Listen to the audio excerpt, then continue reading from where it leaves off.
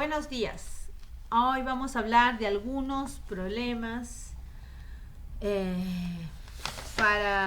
en el ambiente familiar que son señales de peligro en nuestros hijos. La primera señal de peligro es cuando los padres ceden fácilmente ante los deseos de los niños, aunque consideren que es un error. Frecuentemente admiten cosas que no aprueban y los niños aprenden a dejarse llevar por los deseos, sin considerar un juicio de conciencia. Los deseos y sentimientos se convierten en una guía de acción.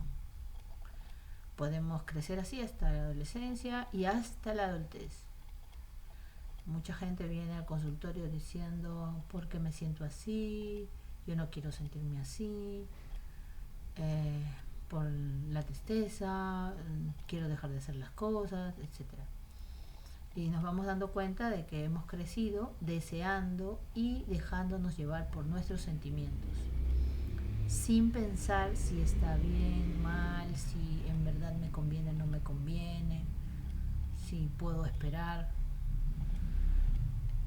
Entonces, claro, ya de adultos o de adolescentes o de jóvenes se hace muchísimo más difícil y es como decir, yo soy así, yo no soy así, pero me dejo dominar por todas estas apetencias y entonces va a ser muy difícil el trabajo del gobierno, de nosotros mismos.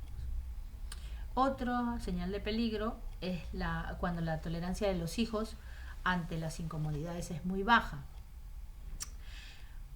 Muchos tienen un horror al dolor físico y mediante el ruego insistente de los muchachos logran quitarse ciertas cosas que los hacen sufrir.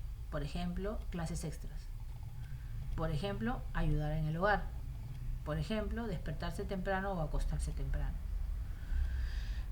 Otra señal de peligro es cuando los niños tienen mucho dinero para gastar.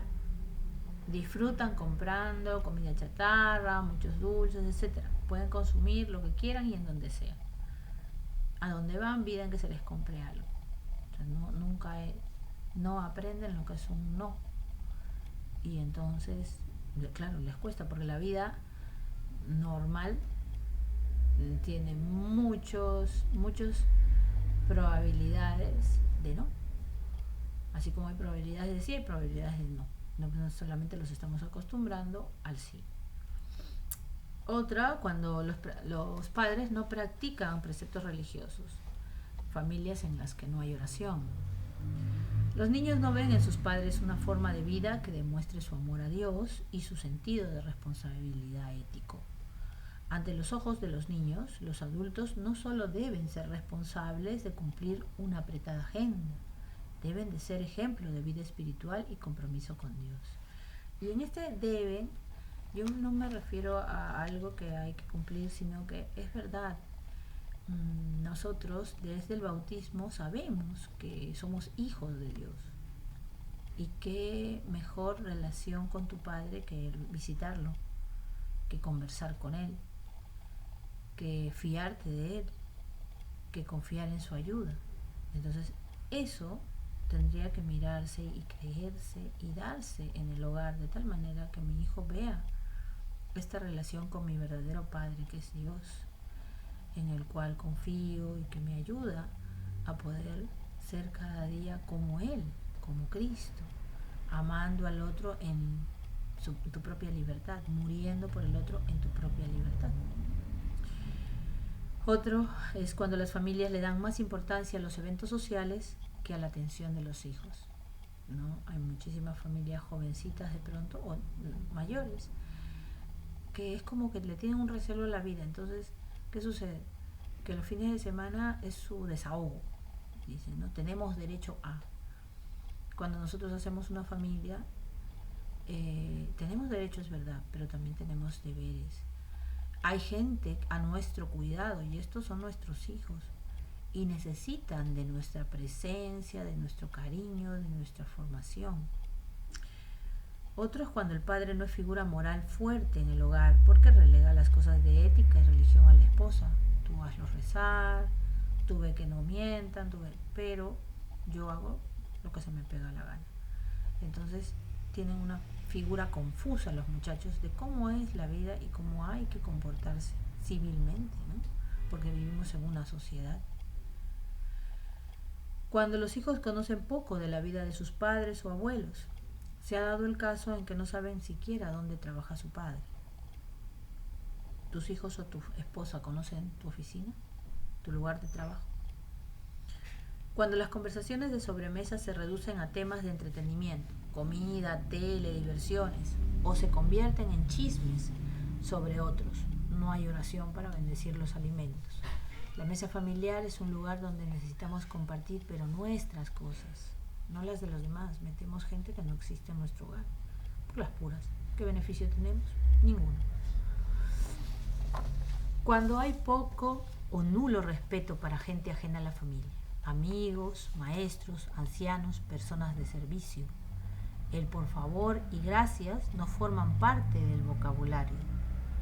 Eso se ve en Navidad, por ejemplo, que los niños reciben un montón de regalos y en vez de decir gracias por el regalo que me has dado, lo abren primero y dicen, ay, ya lo tengo, es repetido. Es una pena, porque nos estamos dando cuenta que estamos haciendo chicos insensibles, ¿no? Y mal agradecidos. Cuando los hijos se quejan de las cosas que no pueden cambiar, como por ejemplo el clima, o los retrasos lógicos, o las diferencias personales, su forma común es quejarse. ¡Ay, qué aburrido! El asunto es que aquí, por ejemplo, no piensan coherentemente y no les hemos llevado a ese conocimiento. Cuando los adultos les resuelven todos los problemas y aprenden a huir de ellos y no enfrentarlos. La droga y el alcohol son inventos muy eficaces para evadirse, por eso. Cuando los hijos ven a los papás como personas agradables, buena onda, pero no fuertes o dignas de admiración y respeto.